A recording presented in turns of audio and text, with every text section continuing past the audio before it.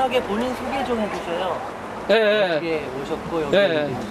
저는 삼성전자에서 87년도에 입사를 해서 제조직에서 한 10여 년간, 그 다음에 이제 그 간접부서에서 사무실 그 간접부서에서 한 10여 년간 해서 23년간 근무를 했습니다. 이제 그러다 보니까 제가 2007년도에 협의회에서 이제 7년도 선거에서 이제 당선돼서 2008년부터 협의회 활동을 이제 2년간 임기 기간이에요. 근데 사원을 너무 대변하다 보니까 회사에서 박 대리는 너무 사원을 대표한다. 그래서 삼성에서 별로 좋게 보지 않고 있다. 그리고 저희 사업부 인사에서도 20년 동안 한가족 협의회를 이렇게 이끌어 왔는데 저 같은 협의원은 처음 봤다. 즉 너무 사원들을 대변한다는 거죠. 그래서 이제 제가 협의원 활동하면서 사원들의 애로사항, 그 다음에 이제 고충, 직접 제가 또 겪고 제가 왕따 당하고 사원들의 그런 이제 그 불합리한 내용을 건의하다 보니까 회사 내에서는 절대 안 돼요. 협의원도 힘이 없고, 그래서 제가 회장이나 사장, CEO한테도 건의했어도 그게 다시 원위치 되는 겁니다. 그래서 도저히 안 되겠길래 제가 이제 한 2010년도에 이제 해외 출장 제가 가는 것도 아닌데 이제 저를 이제 강제로 가라 해가지고 결론은 10년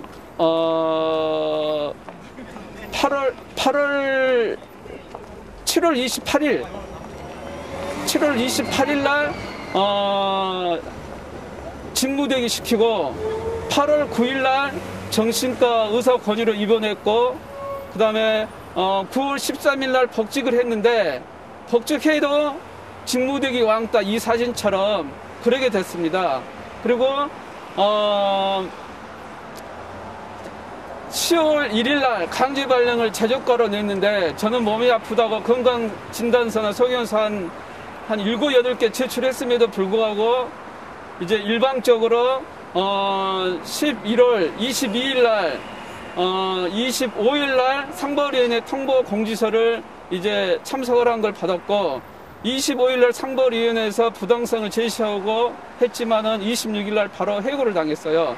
그래서 12월 27일 날 기자회견 민변에서 하고, 그 다음에 소장을 제출하고 12월 23일부터 1인 시위하다가 이제 회사에서 어느 정도 이제 공감을 갖고 사원들도 마음적으로나 문자적으로나 기타 많은 이제 호응을 하고, 그래서 이번 주부터는 국회 차원에서 사원의 잘못된, 삼성의 잘못된 그 신화, 문호조 신화, 그리고 어제 추정 60분에서 나왔듯이 그러게 녹취록에까지 다 백데이터가 있는데도 그 이전에 오픈하기 전에 삼성의 거짓말.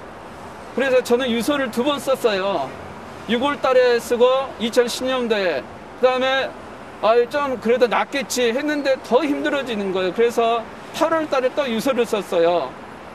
상벌위원 때 저는 이제 부서장이 박정태는 출장 명단에 없었다. 그래서 이후에 제가 고소장 등등하기 때문에 보내려고 이제 출장 핑계 대고 이 핑계 저 핑계 대서 제가 일에게 이제 당했습니다. 관리자 또한 모 관리자는 아프다는 핑계로 업무를 거부를 지시했다고만 그러는데 그건 다 거짓말입니다.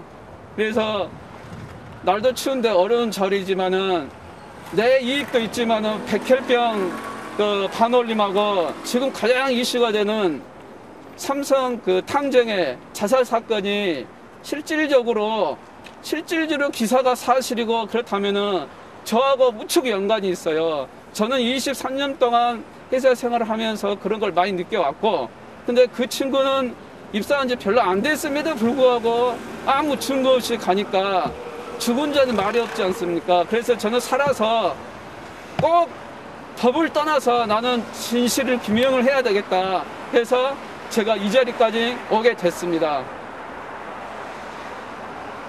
그래서 바람이 있다면은 제가 상벌위원회 해고 직전에 처리해달라고 이 회장, 이재용 부사장, 그 당시 사장, 그 다음에 최지성 부회장, 그 당시 사장, 그 다음에 김승택 부회장까지 메일로 다 보내고 건강상 이래서 못 간다고 했는데도 불구하고 이렇게 답변도 없이 하루 만에 징계 해고를 시켰습니다. 그래서 나는 너무 부당하고 제가 하고 싶은 얘기는 이건희 회장이 국민이 정직했으면 좋겠다 보다 사회가 정직했으면 좋겠다라고 했는데 저는 그런 내용도 보냈어요. 저는 보다 회사가 정직했으면 좋겠다 해서 이런 식으로 해서 제가 회사에 메일을 보냈습니다. 정신병동에 있을 때 회사 기자들에게 해명한 내용이 다 거짓이라는 걸 한 30페이지 내지 50페이지를 해서 답변을 해서 보냈어요.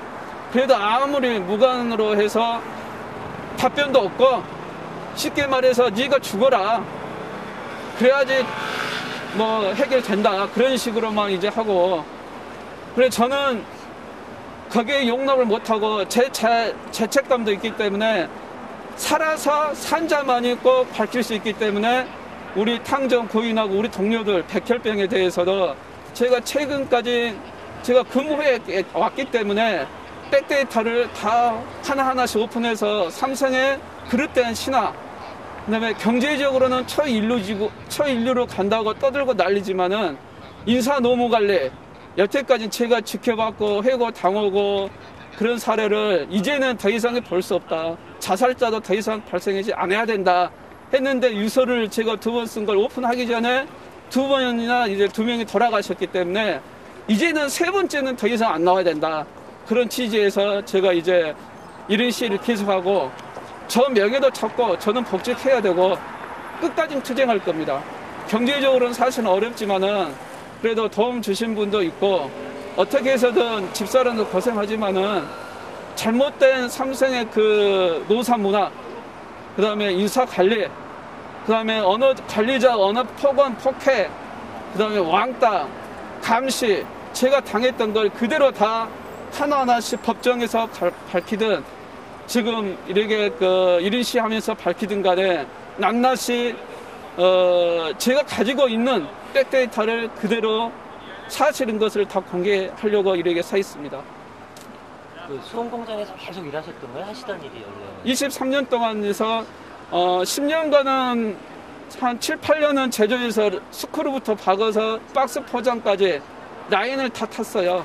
그리고 10년 동안은 제품 기술에서 이제 그 해외 법인의 공작이 좀 많이 있어요. 이제 여기에서 첫 스타트 개발한 부품을 이제 개발한 어떤 금형에서 나오는 사출물을 검토를 해서 TV나 모니터를 만드는데 평합했을 때 문제가 없는지 그걸 검증을 한 7, 8년간 했습니다. 그러다가 작년 10월 1일 날로 나는 몸이 아파서 목 디스크도 있고 정신적 우울증도 있고 진단서 다 제출했지만은 거부당하고 해고를 당했죠.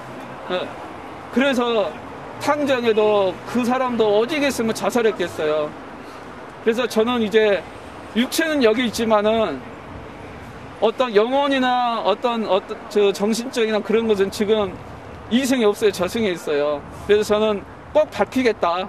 회사가 어떤 법적으로 조치를 취하더라도 저는 막대응하겠다는 거죠. 삼성 내부 분위기는 요새 어떤지 혹시 아세요? 제가 내부 분위기는 제가 2주 전인가 1주 전인가 어떤 사원이 식사를 하자고 그래요. 갔더니만은 하는 얘기가 결론은 왜 형님이 먼저 퇴사를 해서 그 꿈을 잃게 만드느냐. 좀만 더 기다렸으면 복수노조 돼서 협의한 만큼만 그 정도 했으면은 복수노조 돼서 제가 그래 이끌어 갔으면은 훨씬 유리할 텐데 한편으로는 아깝다, 안타깝다. 그래서 지지를 많이 해주고 이제 1인 시위 할 때도 응원도 해주고 좀 그러고 있습니다. 그래서 분위기는 말을 못해요. 동적으로는 심적으로는 많이 이렇게 위로해주고 문자도 수시통 받고 백데이터 다 있는데 나중에 이제 취재할 때 이야기하겠지만은 가지고 가서 이야기하겠지만은 응원은 메시지가 오고 오늘도 이제 관계사에서도 한 문자가 몇 번 왔었고 그다음에 게시판에 삭제를 한 상황에서도 왜 삭제를 했냐 등등해서 이제 그런 메일도 오고 문자도 오고 직접 또 메일로도 저에게 보내고 퇴사하기 전에 그래서 관심사죠 지금 첫 이슈. 그래서 제가 이걸 어떻게든지 복직을 해서 부당성을 알려서 복직을 해서 삼성의 잘못된 그 어떤 경제적인 문제가 아니라 인사적인 문제, 그런 문호조의 신화, 이제는 정을 이제 쳐야 되지 않나 그런 게 이제 생각합니다. 하나 또 여쭤볼게요. 첫 계기가 있을 거 아니에요? 어쨌든 삼성에서 지금 20여 년 넘게 일을 하셨는데 예. 어느 순간에 아 삼성이 문제가 있다고 느낀 어떤 지점이 저는 사실은 제가 입사했을 때는 철 모르고 열심히 했었죠. 지각 한 번도 없이. 근데 2003년도에 제가 부당하게 좀 인사상의 불이익을 받았었고, 그 당시에는 회사가 한 번 결정낸 사항은 어필할 수 없다, 번복할 수 없다. 사원 대표 몇 번 찾아오고 그랬지만은 부당한 것에 대해서는 다시 번복할 수가 없기 때문에 제가 불이익을 받았었고, 그 다음에 제품 기술에 왔을 때 부서장의 언어 폭언, 저는 이제 저하게 안 오니까는 아 그런갑다 했는데 제가 그런 걸 3번 봤어요. 언어 폭력. 그래서 언젠가는 한번 저한테 와가지고 직접 부장이 누가 담당이 누구냐고 저라니까는 막 욕을 하면서 언어 폭언하면서 거기에 있는 사원들이 일어서서 다 쳐다보는 거예요. 그래서 제가 그걸 협의원도 아니었지만은 인사나 그 다음에 그 당시 협의원들한테 보내서 시정을 하게 해가지고 언어 폭언이 그때부터 없어져서 그때부터 이제 인사상 마이너스가 된 거였죠. 그 다음에 이제 이런 건 꼭 해결에 의해서 할 수 있는 방법은 협의회밖에 없다. 근데 막상 협의회 가니까는 제한돼 있어요. 발언도. 그래서 일단은 그래도 해보자 해서 2007년도에 출마를 해서 2008년부터 시작했는데 거기에서도 참 제가 더 겪었지만은 다른 사람들 울고 와서 하소연하고 불합리. 그리고 이제 계기는 노조 글을 올린 글은 이제 제가 7월 28일부터 왕따 당하고 건강이 안 좋은데도 불구하고 그러게 막무가내 강요하고 하기 때문에 도저히 이제 유서까지 썼는데 나는 이거 이제 해야 되겠다 해서 11월 3일 날 저는 그 전까지는 노조 관련해서 전혀 생각이 없었는데 직무대기 당하고 협의원들도 반응도 없고 그래서 이제 11월 3일 날 노조 글을 올리게 됐던 거고 노조 결정을 해야 되겠다고 이제 마음을 먹었습니다. 그래서 올렸는데 15분에 삭제되고 또 전사 게시판에 올렸어요. 근데 전사 게시판은 허락을 맡아야 되는데 발레를 시켰어요. 그래가지고는 결론은 이제 그런 게 이제 부당성 문제에 대해서 됐는데 회사는 업무적인 문제로만 일관하더라고요. 이제 그 내용도 다 있습니다. 복수노조 할 거냐 안 할 거냐 이제 회사에서 그런 얘기까지 있는 것도 있는데 그 이제 나중에 그것은 공식적으로 제가 문서로서나 기타 등으로 다 공인된 걸로 제가 증인하겠습니다.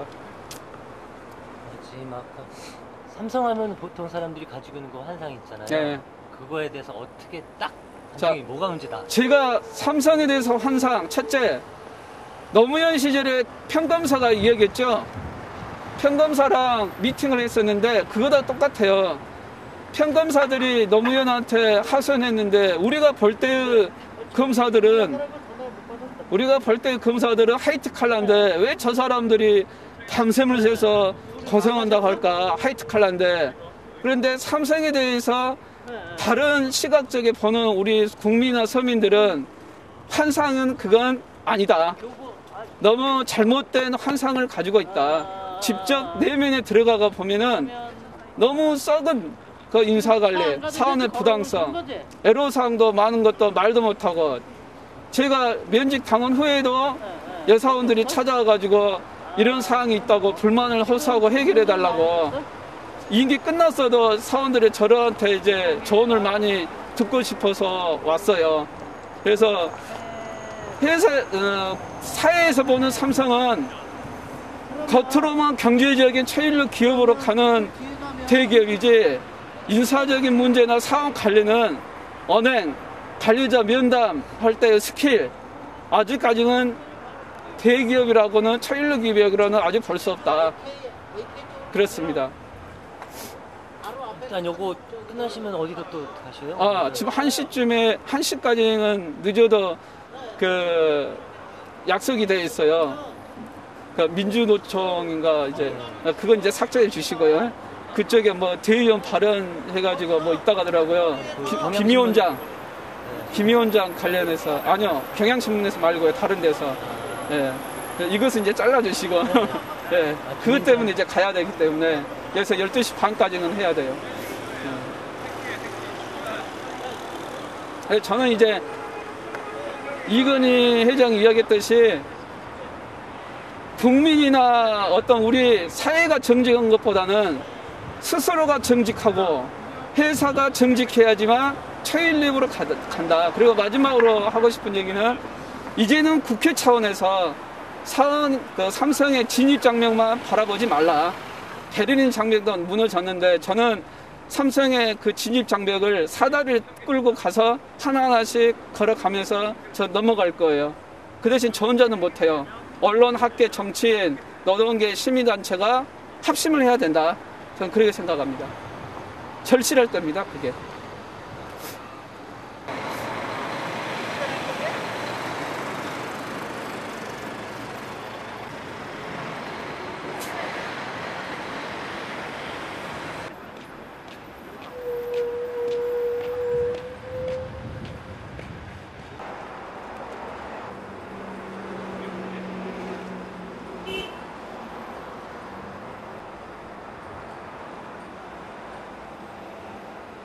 그 책상에 이렇게 지키고 계셨던 게 이거 한 달이요. 한 달 동안 퇴원 전하고 퇴원 후에도 이렇게 있었고, 퇴원 전에도 있었고, 직무대기가 다 끝났다 해도 업무를 찾아주기 위해서 이렇게 했대요. 근데 말이 돼야죠. 업무를 찾아주기 위해서면은, 어떤 지도나 어떤 교육을 시키든지 해야지, 이렇게 말도 안 되죠. 그래서 여기 있는 경비원들이 지나가면서, 야, 어떻게 저렇게 할 수 있냐, 그렇게 이야기하더라고요.